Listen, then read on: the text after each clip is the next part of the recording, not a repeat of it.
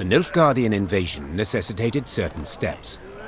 Meve had dispatched scrolls to her garrison commanders, based upon which they were to announce general musters.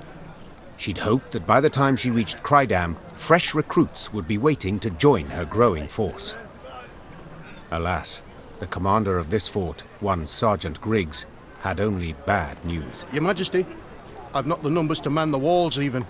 The call to arms brings few new recruits and more men desert each day. Folk are terrified something awful. They don't believe in victory. They don't believe in victory? The Queen rose from behind the table, toppling her chair. Then let them hear how I smashed the Blacklads at Dravograd. Quick as can be, the commander gathered all Crydam's inhabitants in the central square.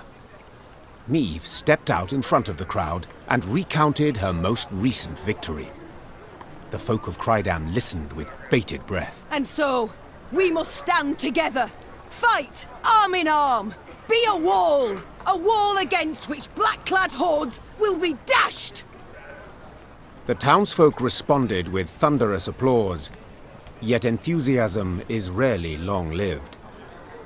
That born of Meve's fiery words had dispersed after but a few days.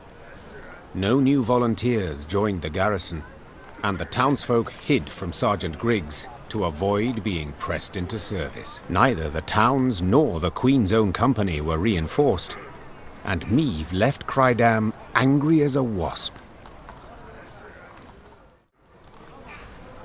I care not a whit for what they believe, Meve said sternly, rising from behind the table. They are to fight, and that is the end of it.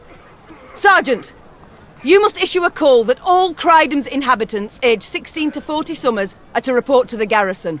Anyone shirking this duty shall face a fine and a public lashing. The prospect of facing the royally ordained punishments sufficed to motivate Crydam's residents to enlist in the Lyrian army in force. Sadly, the new recruits' morale left much to be desired.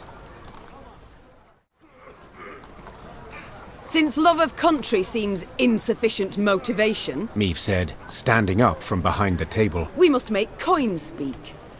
Sergeant, announce that all new recruits will receive twice the usual soldier's pay. Though costly, Meve's decision brought immediate results.